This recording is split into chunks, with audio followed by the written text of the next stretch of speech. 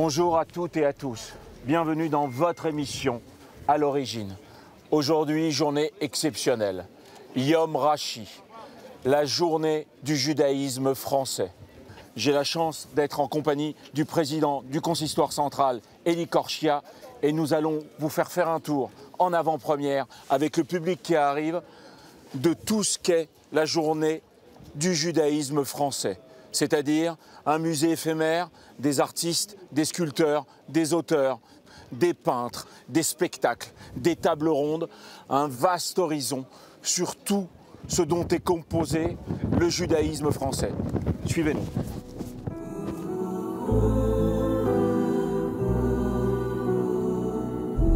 Plus de 2000 personnes sont attendues aujourd'hui, en plein été, au cœur de Troyes, à quelques kilomètres de la maison Rashi. Cet auteur, cet homme, cette personnalité du judaïsme incroyable, trop méconnue. Et nous commençons par la librairie, en compagnie d'Eli Korshia, qui va nous raconter un peu pourquoi et comment il a convié certains auteurs et philosophes à faire partie de table ronde aujourd'hui pour nous expliquer le partage dans le judaïsme, mais aussi de Rashi à aujourd'hui le génie du judaïsme. Alors nous avons ici des auteurs, des écrivains, des philosophes, des rabbins, des grands rabbins, des romans graphiques, tous les styles de la littérature qui sont représentés aujourd'hui dans la librairie éphémère. Et effectivement, avec tous les libraires, nous avons pu faire cette librairie qui va permettre à celles et ceux qui veulent découvrir des livres sur le monde juif dans tous ses aspects, de pouvoir les découvrir, de pouvoir les acheter et de repartir tout à l'heure avec de la littérature sous toutes ses formes. Un musée éphémère qui est installé sur plus de 600 mètres carrés, où on a un mélange de tous les arts. Donc, Eli. Bien sûr, ce qu'on a voulu pour ce musée éphémère, sur cette immense surface dans le parc des expositions, c'était mêler à la fois des peintres. Nous avons deux grands peintres, Gérard Garousse qui expose des œuvres, Alain Kleinman, des sculpteurs comme l'a dit Steve, avec une sculptrice de grand talent, Myriam Sidbon, et un sculpteur qui est Frank Torjman qui nous livre des sculptures magnifiques, et évidemment aussi la photographie avec David Abitbol qui nous présente en exclusivité des reproductions exceptionnelles et originales, des photographies des synagogues du monde entier qu'il a réalisées.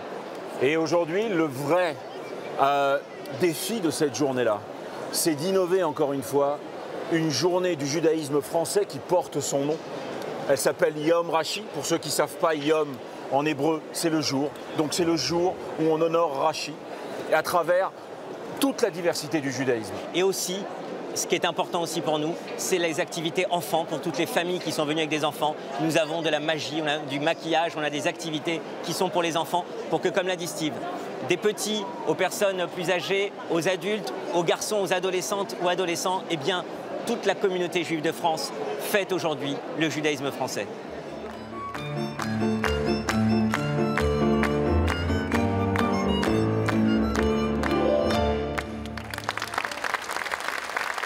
Mes chers amis, cette table ronde aura pour thème transmission et partage, l'esprit du judaïsme.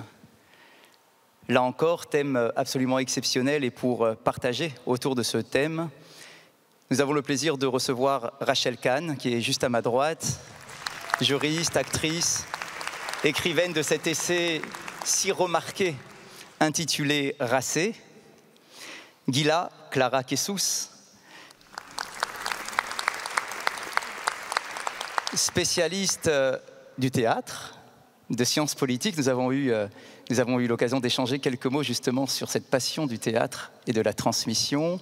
Vous avez reçu le prix UNESCO, Artiste pour la paix. Merci d'être à nos côtés aujourd'hui pour échanger autour de ce thème. Alexis Lacroix, directeur de la rédaction d'Actualité Juive, grand partenaire de l'émission du dimanche matin, que vous avez l'occasion de publier autour de vous et grâce à Actualité Juive. Julien Darmon, qui est à ma droite également, qui est un grand étudiant et professeur d'exégèse du Talmud, de Bible, d'enseignement midrashique, de pensée juive de manière générale, et bien évidemment éditeur aux éditions Albin Michel. Merci également d'avoir répondu présent à notre invitation. Et comme tout à l'heure, Aharon Chaviv, mon cher ami, président, Eli Korchia, maître Eli Korchia, que l'on peut applaudir très fort,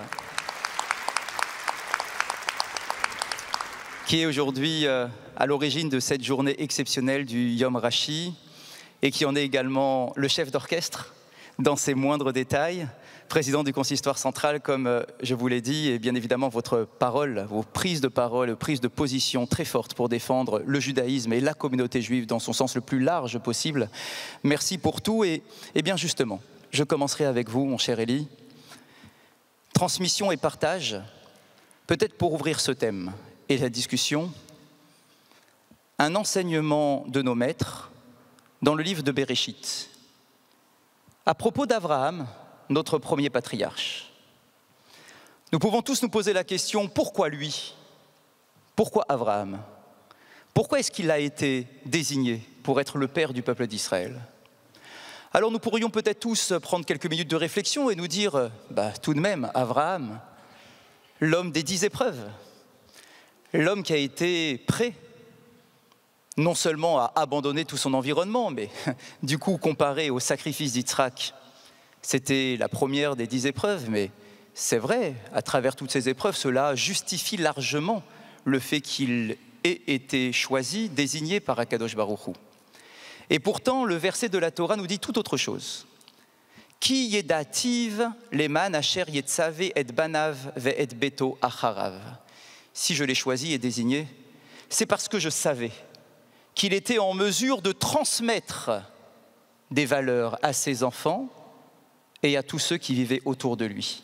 La force de la transmission, c'est ce qui fait la définition du peuple d'Israël. Alors Eli, en tant que président du consistoire, quelle est la place du partage et de la transmission dans l'esprit du judaïsme? Lorsque nous avons défini ce thème de cette deuxième table ronde, et je remercie, comme vous l'avez fait, celles et ceux qui sont ici, et je suis très fier d'être à côté d'Alexis, de Clara Guilla, de Rachel et de Julien. Lorsqu'on a réfléchi à ce thème, nous nous sommes dit qu'il n'y avait pas meilleur symbole que Rashi, puisqu'on est parti de ce concept d'une journée à 3 pour fêter le judaïsme français, pour le célébrer sous toutes ses facettes, à travers cette personnalité. C'est celle qui a vécu il y a 1000 ans, et c'est celle qui symbolise le mieux la transmission et le partage. Je vais m'expliquer. La transmission, pourquoi? Parce que nos grands rabbins, nos rabbins, et je le dis devant le grand rabbin de France qui est ici, savent très bien que la force du témoignage de Rashi, c'est de penser que depuis 1000 ans, c'est l'auteur français le plus commenté, le plus étudié, le plus lu au monde, en ce sens qu'il a transmis un message à travers ses enseignements de la Torah, de la Bible et du Talmud, avec une simplicité, et vous le savez bien, une clarté sans nul autre pareil, qui s'est transmise de génération en génération. Ici, on est en France, on fait cette première édition du jour de la journée du judaïsme, là où a vécu Rashi. La force est de se dire quoi? Lui, il a réussi à transmettre de décennie en décennie, de siècle en siècle, la parole du judaïsme, et nous, finalement, ce que nous faisons au quotidien, à travers le peuple juif, la terre, l'histoire de notre peuple, c'est de continuer à transmettre dans nos familles, dans nos synagogues, dans nos lieux d'études, dans nos communautés, je dirais un peu partout, la parole de nos maîtres.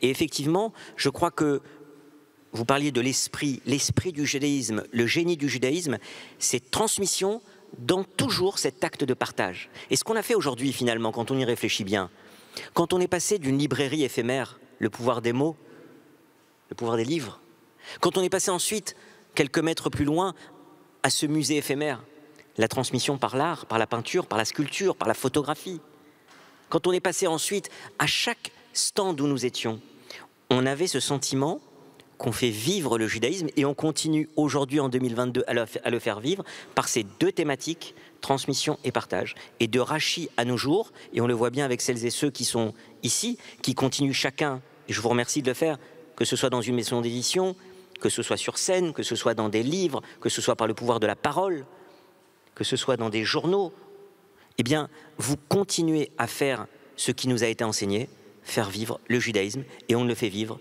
que lorsqu'on transmet et quand on partage avec l'autre. Le judaïsme, c'est ce regard vers l'autre qui nous est si cher. Et ce regard vers l'autre, eh bien, on le vit réellement lorsqu'on transmet à l'autre ce message qui est le nôtre.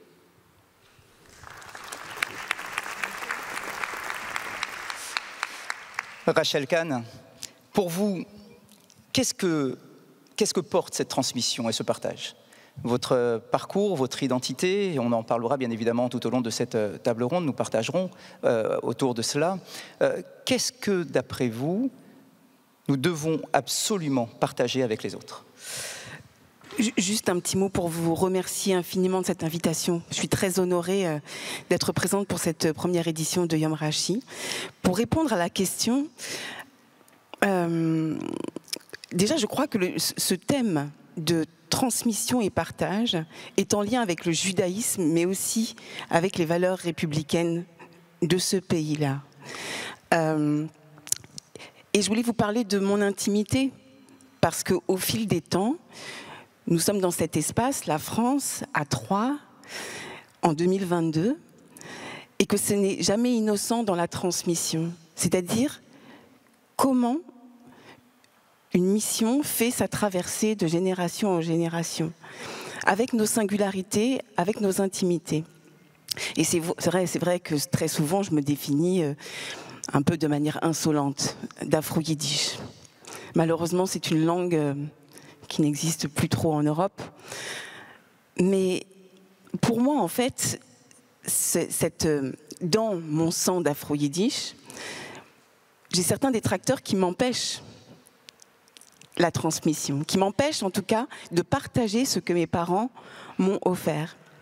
Et c'est vrai que dans mon intimité, ce qui m'a été transmis en premier, peut-être, c'est l'altérité.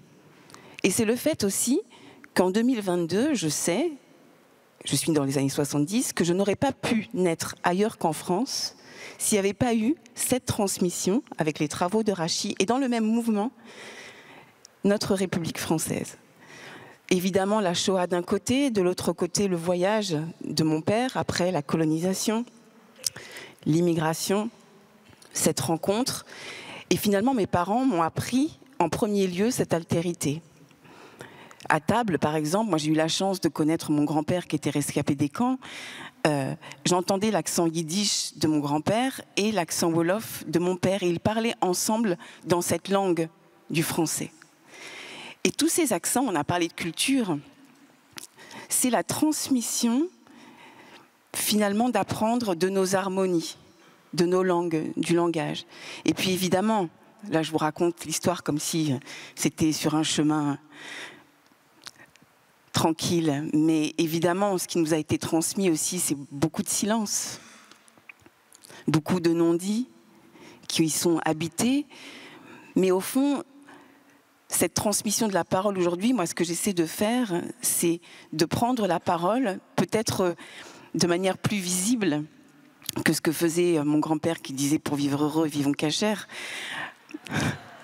Mais en tant que minorité visible, je me devais de prendre la parole pour ce partage et cette transmission. Parce que comme vous le savez, aujourd'hui, je ne vais pas vous le cacher, voilà, il y a un procès qui est en cours face à Dieudonné et qui, au fond, m'empêche de transmettre cette identité-là singulière, spécifiquement française, juive, de cette couleur-là, et qui tente de me diviser, ou en tout cas de gommer une partie de ma transmission. Il faudrait que je ne sois que noire et pas entièrement française et pas entièrement juive. Et ça, c'est impossible. C'est-à-dire que dans cette période que nous vivons, 2022, alors que la transmission est une réinterprétation à chaque fois avec notre temps et avec notre espace, on doit passer ce relais qui doit être encore plus fait de notre présent et donc dans cette complexité-là. Je ne veux pas être trop longue, c'est ce que j'essaie de faire et notamment dans la traversée de cette mission et parce que je suis vivante, malgré la grande histoire et ma petite histoire, parce que je suis vivante, la transmission se fait avec la vie et le partage se fait quand on est pleinement vivant.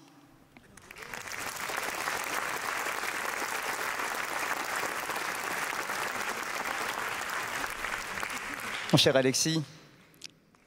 Alors, pour répondre de façon liminaire et introductive à votre question, Didier, je dirais deux choses. Donc, j'ai relu un peu ce livre, qui est un classique, de Simon Schwarzfuchs. Et à la fin, dans la conclusion, il émet une hypothèse sur cet incroyable rayonnement multiséculaire de Rachi, qui, au fond, dont la parole et dont les écrits ont essaimé dans des générations entières de rabbinim, de glossateurs, mais aussi, il faut le dire, en dehors même de la tradition juive. Voilà l'hypothèse qu'il fait. Si pour lui, tant de générations successives ont rendu un hommage unanime à Rachi, c'est sans doute, comme l'écrit l'historien espagnol Abraham Ben David, parce que Rachi n'avait laissé aucun sujet de côté, y compris même d'ailleurs des histoires de pressoirs en Champagne qui l'intéressaient. Il était passionné par, j'allais dire, tous les détails de l'existence champenoise de l'époque. Et donc, Abraham Ben David écrit « Depuis que des commentaires se sont répandus dans le monde, il n'y a pas eu de rabbin ou d'homme éminent qui ait étudié le Talmud sans lui. » Et il ajoute « Aucun rabbin, aucun maître n'en a jamais vu de pareil. » Donc, la légende a inventé un Rachi, au fond, très universalisé, si j'ose dire, parcourant le monde, allant de la Perse à la Turquie, sans jamais trouver un rabbin, j'allais dire, de sa dimension, de son ampleur, de sa force déflagrante. Première remarque. Deuxième remarque, alors là d'ordre plus philosophique, il me semble que Rachi constitue, par-delà les siècles, jusqu'à nous, jusqu'à 2022, dans ce présent sur lequel le consistoire de France travaille aujourd'hui avec passion et dans un souci de la République. Il constitue le démenti, au fond, à une idée qui est souvent présente chez les historiens du judaïsme ou chez certains philosophes. Je résume. L'idée que le judaïsme se serait maintenu dans l'histoire de l'Europe à l'étouffer de ses synagogues, de ses keilot, de ses communautés, mais en quelque sorte en coupant le contact avec le monde extérieur.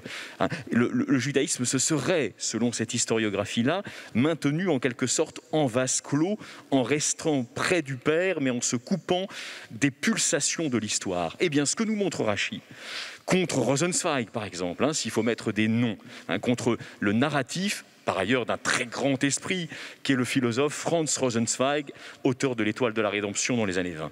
C'est qu'au fond, non, le judaïsme de Rachi, tout au moins, il a participé de la construction de l'universalisme européen. Il a été, comme on dit aujourd'hui, embedded, enfin il a été vraiment embarqué dans l'histoire la plus concrète qui est celle, justement, des aventures de la liberté, au fond, en Europe. Ça, je crois que c'est un message absolument fondamental et qui nous permet d'ailleurs de comprendre pourquoi il y a, et je sais que Élie Korchia y est évidemment très sensible, nous y sommes tous sensibles, Rachel y faisait allusion. Le génie de la France, en fait, quand on étudie Rachi, on se rend compte qu'il doit infiniment plus qu'on ne le croit au génie du judaïsme. Et même, Rachi est sans doute l'un des exemples, j'allais dire, les plus manifestes, les plus immortels du fait qu'il y a, au fond de l'être français, quelque chose qui est profondément juif, quelque chose qui est profondément influencé par le judaïsme. Alors, j'ai même apporté un livre qui est Les prophètes d'Israël de James Darmstetter. Il le montre très bien concernant Rachi, concernant cette espèce d'onde de choc des commentaires de Rachi qui ont été repris par un très grand nombre de commentateurs dont beaucoup n'étaient pas juifs, dont beaucoup étaient des catholiques, dont d'autres étaient des luthériens et qui ont été littéralement ensemencés dans leur pensée par les gloses et par les commentaires de Rachi.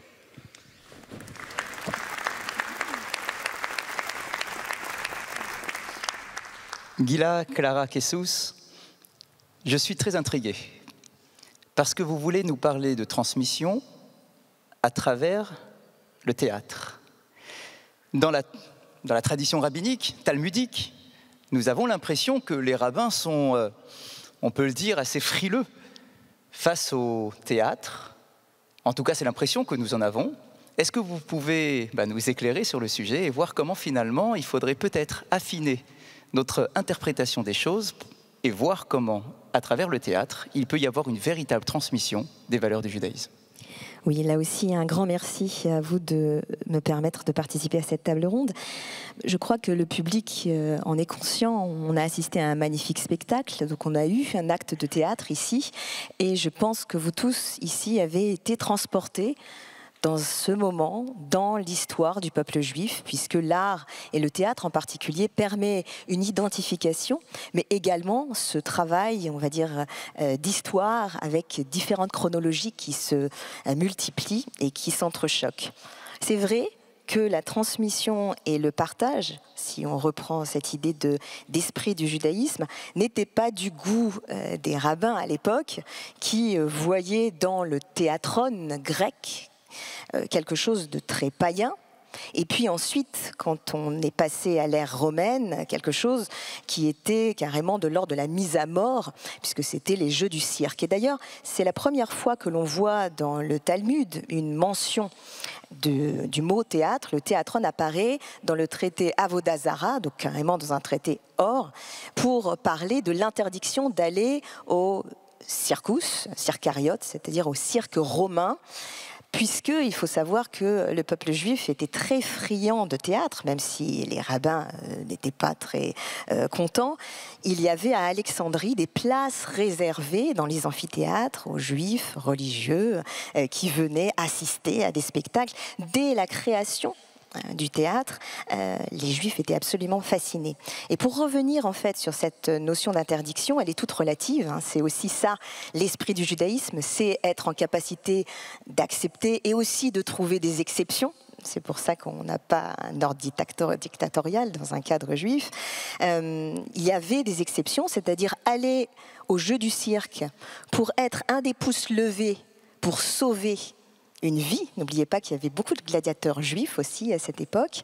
Eh bien, c'était faire un acte qui était un acte citoyen. Donc, on a toujours en fait cette dualité, comme vous l'avez rappelé, de ce judaïsme qui s'insère en fait dans la citoyenneté. Et pour revenir à Rachi, j'ai toujours considéré, rien que par l'écriture de Rachi, qu'en fait, Rachi était une sorte de didascalie de la Bible.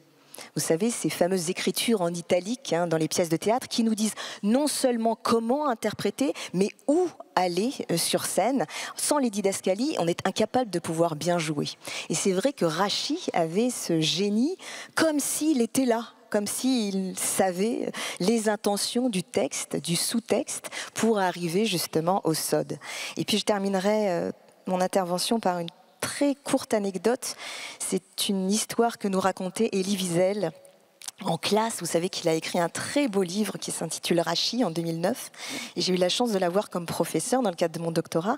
Et il nous racontait cette histoire en cours sur Rachi. Il nous disait qu'un des disciples de Rachi lui avait dit « Maître, lorsque vous commentez, est-ce que vous commencez par le drash, enfin par tout ce qui va être plutôt le pshat, le côté littéral, pour aller vers le drash, ou alors est-ce que vous essayez d'aller plus loin que le drash, c'est-à-dire plus loin que le commentaire, et puis de pouvoir aller par le remez, par l'allusion, pour aller jusqu'au sod. Vous savez qu'on a les 4 niveaux, le pshat qui est le littéral, le remez qui est l'allusion, le drash qui est le commentaire, et puis le sod qui est la kabbale. Et Rachi de répondre, avant de savoir danser, il faut pouvoir marcher. Donc c'est vrai qu'il avait un amour du littéral pour nous permettre d'atteindre ce sod. Et c'est vrai que du coup, l'artistique, le théâtre, fait partie d'une façon embedded, d'incarner le texte pour tout le temps le pétrir et le comprendre. Et Rachi, bien sûr, fait partie des commentateurs qui doivent être pris en considération lorsqu'on veut vraiment bien comprendre la Bible.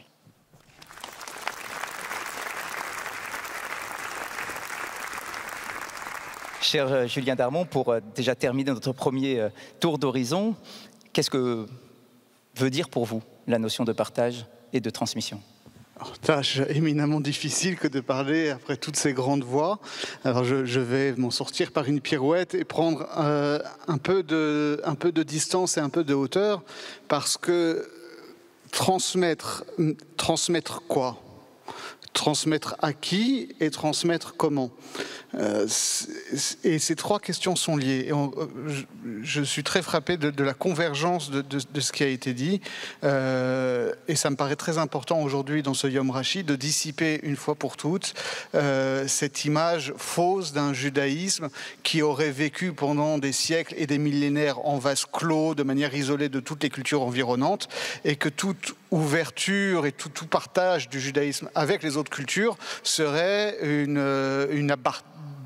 abattardisation du judaïsme. Je crois que c'est exactement l'inverse. Le Maharal dit ça. Il y a un verset qui dit « Tu mangeras tous les peuples ». Et tu mangeras tous les peuples, ça veut dire chez chaque peuple, tu dois aller chercher quelque chose que tu n'as pas et qui est unique à ce peuple-là et dont tu dois te nourrir pour grandir en perfection. Le judaïsme, sa fonction dans l'histoire universelle, c'est précisément ça, c'est d'aller chercher ce qui fait le génie propre de chaque peuple et de l'intégrer dans un particularisme qui est en même temps un universalisme. Précisément en un temps où aujourd'hui on veut enfermer chacun dans des cases, dans des identités hermétiques. Et on le voit d'ailleurs à l'époque même de Rachi, si vous regardez les manuscrits médiévaux, vous verrez que par exemple, dans les manuscrits de l'époque de Rachi, pour représenter les combats entre David et Avshalom, on représente deux chevaliers qui sont en train de jouter avec des lances, etc. Donc les Juifs du Moyen-Âge étaient en plein dans la culture française, dans la culture courtoise. Un autre détail, parce qu'on est en train de travailler sur une immense encyclopédie de l'histoire des Juifs de France, on remarque que sur les tombes des Juifs du XIIIe siècle, ils ont tous des noms juifs, ils s'appellent tous Shlomo, Meir, Reuven, etc. Mais on a aussi les registres des impôts des Juifs de Paris, parce que les Juifs ne payaient pas les mêmes impôts que les autres Parisiens. Donc on a la liste de tous les Juifs qui payent des impôts à Paris. Donc on sait où ils habitent, on sait qu'est-ce qu'ils font comme travail, on sait combien ils payent d'impôts et on sait comment ils s'appellent. Eh bien, ils n'ont pas des noms juifs pour les impôts, ils ont tous des noms français. Et en fait, c'est la même situation qu'on a toujours connue, c'est-à-dire qu'on a toujours eu cette triple identité. Ça, c'est quelque chose, je pense, qu'il est essentiel aujourd'hui de transmettre. C'est vrai qu'on a connu pendant peut-être 50 ans après-guerre la nécessité de reconstruire une identité juive propre, peut-être en se refermant un peu sur nous-mêmes pour se renforcer. On connaît toute l'histoire de la reconstruction des institutions juives françaises après la guerre. Je crois qu'aujourd'hui, on est suffisamment fort, on est suffisamment fier et on est suffisamment sûr et de notre identité juive et de notre identité française et de notre rapport au monde et à la culture universelle pour pouvoir assumer ça de manière intégrative et non contradictoire et de ne pas avoir à choisir entre ces facettes et de refuser ceux qui veulent nous assigner à une ou à une autre identité, quelle que soit la légitimité dont ils se réclament. Donc ça, je pense que c'est ce qu'il faut transmettre avant tout aujourd'hui. Et alors, comment le transmettre? C'est une autre question. On a publié chez Albin Michel, il y a quelques années maintenant, un livre du psychanalyste Jean-Pierre Winter qui s'appelle « Transmettre ou pas ». Alors, je n'ai pas résumé tout le livre, qui est pétri et de psychanalyse lacanienne et de citations talmudiques. Mais ce qui m'a beaucoup frappé, c'est qu'il explique qu'en particulier dans les familles, on ne transmet jamais ce qu'on veut consciemment transmettre. On transmet toujours quelque chose. Et ça, c'est une problématique qui remonte, je crois que c'est dans Protagoras déjà, de Platon qu'on le voit, qu'on peut faire tous les efforts qu'on veut pour transmettre des choses à nos enfants. Ce qu'ils vont retenir, c'est rarement ce qu'on a voulu consciemment leur transmettre. Mais il y a des choses qui passent. Il y a des choses qui passent, et ces choses-là, elles passent certes par l'enseignement, mais beaucoup plus par l'exemple qu'on donne. Je pense que, et ça, moi mes enfants sont encore jeunes, donc je peux l'observer en temps réel, ce que les enfants reçoivent, c'est pas ce qu'on leur dit, c'est la façon dont on est, la façon dont on se comporte au quotidien. Vous pouvez les mettre dans l'école juive la plus exigeante, avec le plus grand programme de Talmud, etc. Si à la maison, papa n'ouvre, ou maman, n'ouvre pas une page de Talmud, votre enfant n'ouvrira pas une page de Talmud. Et donc, ça c'est valable dans le milieu familial, d'incarner ce que l'on veut transmettre, et c'est valable dans l'espace citoyen en général aussi. Et le dernier point, à qui transmettre? Alors évidemment, il s'agit de transmettre à nos enfants, et Baruch Hashem, on a construit en France beaucoup d'écoles juives, beaucoup d'institutions de transmission du savoir, de la culture, etc. Je me fais pas trop de soucis pour ça, pour les gens qui sont déjà dedans. Mais il y a encore énormément de gens qui sont à l'extérieur de ça, énormément de juifs, et énormément aussi de non-juifs qui sont en attente d'une parole juive. Et ça rejoint mon premier point, c'est-à-dire que de la même manière que le judaïsme ne s'est jamais construit en vase clos, il ne faut pas croire que le monde non-juif en général, se conçoit comme indifférent au judaïsme. Ça prend des formes négatives, on les connaît toutes, on ne va pas revenir dessus. Ça prend, et ça a pris à travers l'histoire aussi très souvent des formes positives. Et c'est quelque chose que moi je rencontre très souvent. Et tous les gens qui travaillent un petit peu dans le milieu religieux, un petit peu dans le milieu de la culture juive, etc., ou qui tout simplement, qui sont visiblement juifs parce qu'ils portent une kippa ou une barbe, etc., savent qu'il y a aujourd'hui en particulier une très forte attente d'une parole juive qui ne soit pas une parole prescriptrice. Ils ne veulent pas savoir qu'est-ce qu'ils doivent faire. Mais ils savent que les juifs ont toujours été le grain de sable dans la belle machine du totalitarisme et de la pensée unique. Et que voilà, ça les intéresse de savoir qu'est-ce que les juifs ont à dire sur notre société contemporaine, que ce soit sur la religion, sur la laïcité. Et moi, je connais beaucoup d'amis musulmans qui me disent, mais justement, l'un des gros problèmes de l'islam en France, c'est qu'il n'y a pas d'institutions comme les institutions juives qui ont su se structurer et qui donnent un cadre, mais on connaît beaucoup de réussites.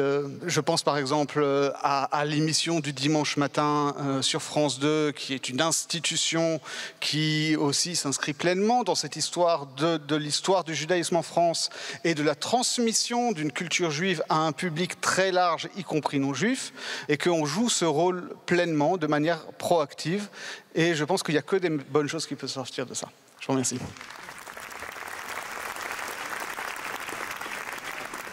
Alors effectivement, je pense qu'autour de cette table ronde, nous sommes tous conscients de cette importance de transmission. Mais comment élargir les cercles? Comment chercher ceux qui ne sont pas là dans la salle par exemple aujourd'hui, ou devant leur écran lorsqu'ils regardent une émission religieuse ou culturelle sur le judaïsme? Comment faire pour élargir et aller chercher ceux qui sont un peu plus éloignés, pour leur transmettre justement ce que nous voulons tous, chacun avec nos particularités ici autour de la table, transmettre peut-être une des missions du consistoire, Élie? Oui, bien sûr, et je crois que finalement la journée d'aujourd'hui en est un parfait exemple. Quand on a pensé cette journée du judaïsme français, on n'a pas voulu l'enfermer seulement dans une thématique.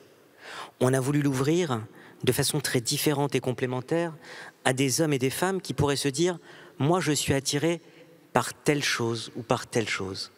On peut rentrer dans la voie de la transmission du judaïsme, du partage du judaïsme, sous plusieurs portes. Ça me fait penser un petit peu à Jérusalem. Quand on entre dans la ville de Jérusalem, on peut rentrer par plusieurs portes différentes. Et bien là, on pouvait rentrer par la porte de la culture de l'art, avec des peintres, ou des sculpteurs, ou des photographes. On pouvait rentrer par la littérature, on pouvait rentrer par les tables rondes que nous avons faites ici. On pouvait rentrer par la musique tout à l'heure, les chants, le sacré, l'interprétation. Eh bien moi j'étais fier de cet acte de partage qui effectivement symbolise bien ce que nous voulons porter. Nous sommes pour un judaïsme qui vit au sein de la République et pour une communauté juive qui est liée au destin de la communauté nationale comme nous l'avons toujours fait. Parce que lorsqu'il a fallu s'engager dans l'armée pour aller combattre dans les différentes guerres de 1870, de 1914 ou de 39-45, nous étions là. Je dis devant toutes celles et tous ceux qui ont à cœur de continuer à construire, à bâtir une nation, une république avec tout ce qui fait nous. Et nous, c'est quoi? C'est nous, hommes et femmes, qui croyons pas seulement dans le judaïsme ou dans la religion, qui croyons avant tout à l'universalité des messages républicains qui sont les nôtres. Et merci d'avoir souligné ça.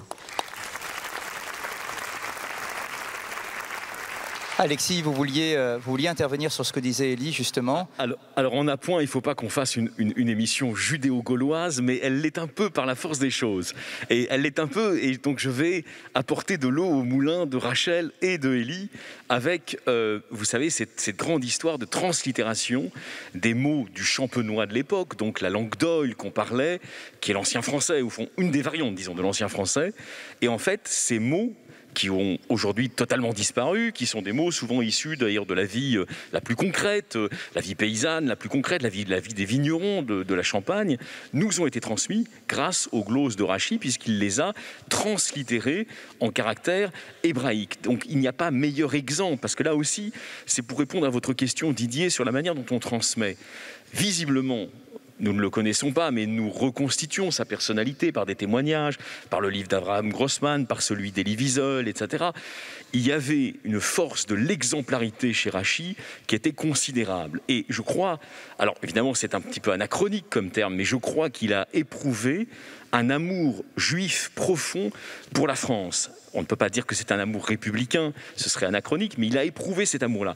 Et il s'est voulu le conservateur du français des origines. Donc c'est une manière indirecte, à dire, de répondre à votre question. Peut-être qu'aujourd'hui, pour le judaïsme français, transmettre le meilleur de ses valeurs, transmettre son esprit, transmettre la flamme en quelque sorte de son éthique de conviction, ça veut dire aussi effectivement élargir le cercle de celles, de ceux à qui il va tenter de s'adresser, justement pour les conduire peut-être à une réflexion sur une vie meilleure, sur une vie plus éthique. Et de ce point de vue-là, évidemment, je ne peux que donner totalement raison à Élie Korchia d'avoir choisi d'inscrire cette fête du judaïsme français sous le patronage de Rachy, parce qu'il est le plus exemplaire de tous les tzadikim de la tradition française et juive. De plus, il faut imaginer, et peut-être une mise en scène, il faudrait mettre en scène les cours de transmission de Rachy. C'est-à-dire que lorsqu'il est devant ses élèves, en France, par exemple, à Troyes peut-être, en train de transmettre une explication d'un texte du Talmud ou d'une paracha, d'un verset du Tanakh, de la Bible, eh bien il essaie d'expliquer en hébreu, il parle en hébreu à ses élèves, et lorsqu'il y a un terme qu'il ne trouve pas en hébreu ou qui ne correspond pas exactement, il ne va pas être cet homme qui va dire non, quoi qu'il arrive, je dois trouver des mots en hébreu, quoi qu'il arrive, je n'utiliserai pas la langue française pour transmettre à mes élèves un cours de Torah. Eh bien, il n'hésite pas. Nous sommes dans cette classe de Rachy où il va dire à ses élèves, un instant, je vais vous donner un mot en français, un mot clair de la vie du quotidien, effectivement, pour que vous compreniez exactement ce que le texte veut nous dire et ce que moi, Rachy, je veux vous transmettre. Donc, le souci ou la volonté de transmission, si elle doit passer par la langue française, eh bien, elle passe par la langue française.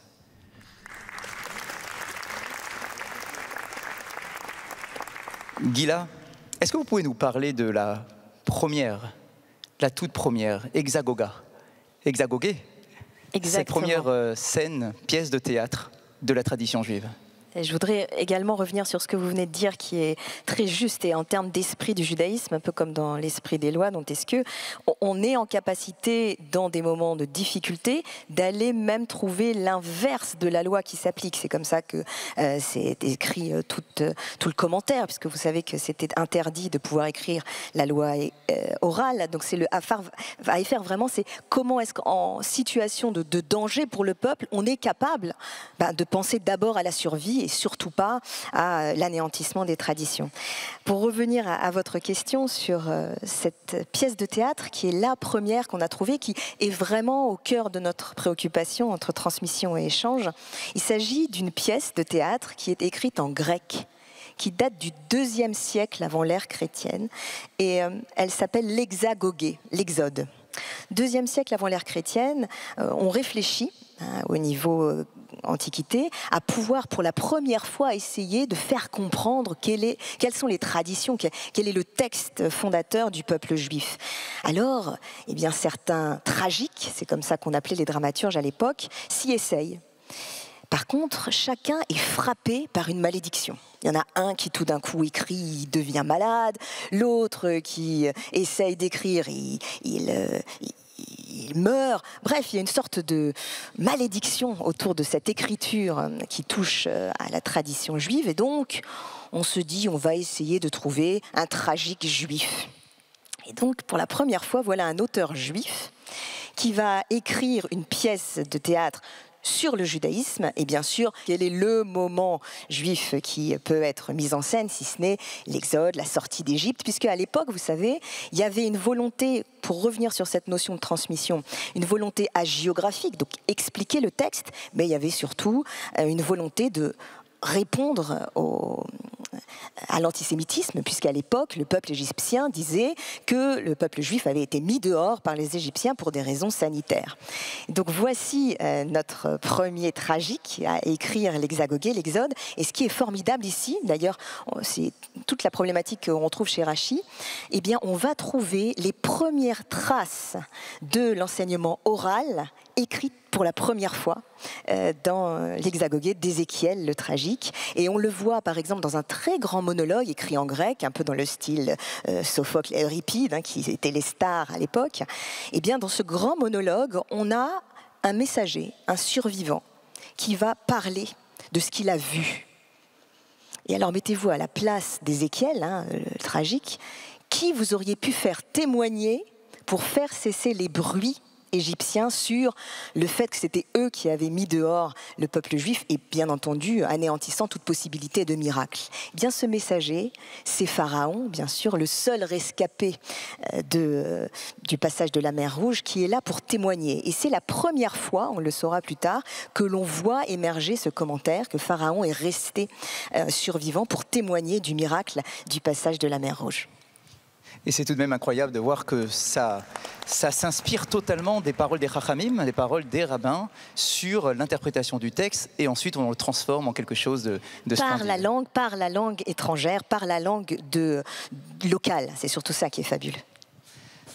Rachel, vous m'aviez parlé d'une volonté de réconcilier ce qui est généralement irréconciliable à travers la transmission et le partage. Oui, absolument. C'est vrai que je travaille beaucoup sur les questions de réparation, puisqu'effectivement, on a eu ces dernières années des montées de formes de colonisation idéologique, en fait, qui ne nous permet pas de penser par nous-mêmes et qui ne permet pas finalement la réparation.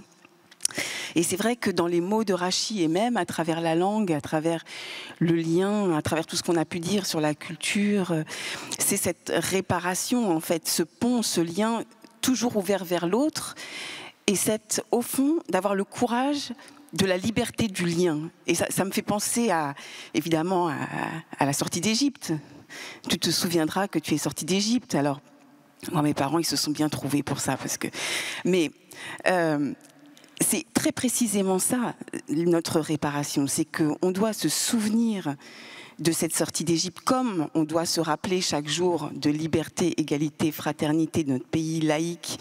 Et c'est ça qu'on doit transmettre à nos enfants pour ne pas que ces petits, au fond, pensent que certaines communautés, ou que même ce pays-là, leur en veut. Il y a des souffrances, et on souffre tous à l'intérieur. Ce que nous avons pu vivre à travers l'histoire, et quels que soient les continents, est toujours irréparable.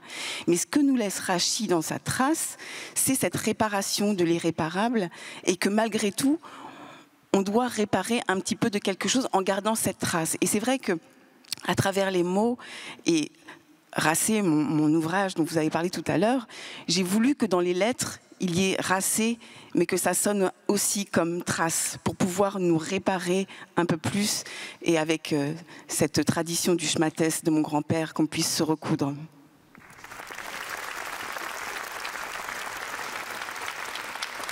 Merci beaucoup, merci mes chers amis pour cet échange.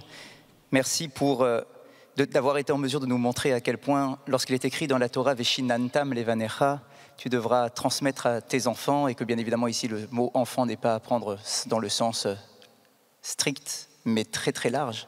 Tous ceux qui sont autour de nous, parce qu'ils ont besoin effectivement d'avoir et de recevoir quelque chose pour grandir et se construire eux-mêmes. Merci beaucoup, merci à vous tous. Et j'espère vraiment que nous ayons d'autres occasions pour nous retrouver aussi nombreux qu'aujourd'hui, voire même encore plus nombreux qu'aujourd'hui, pour montrer la force de transmission du peuple d'Israël.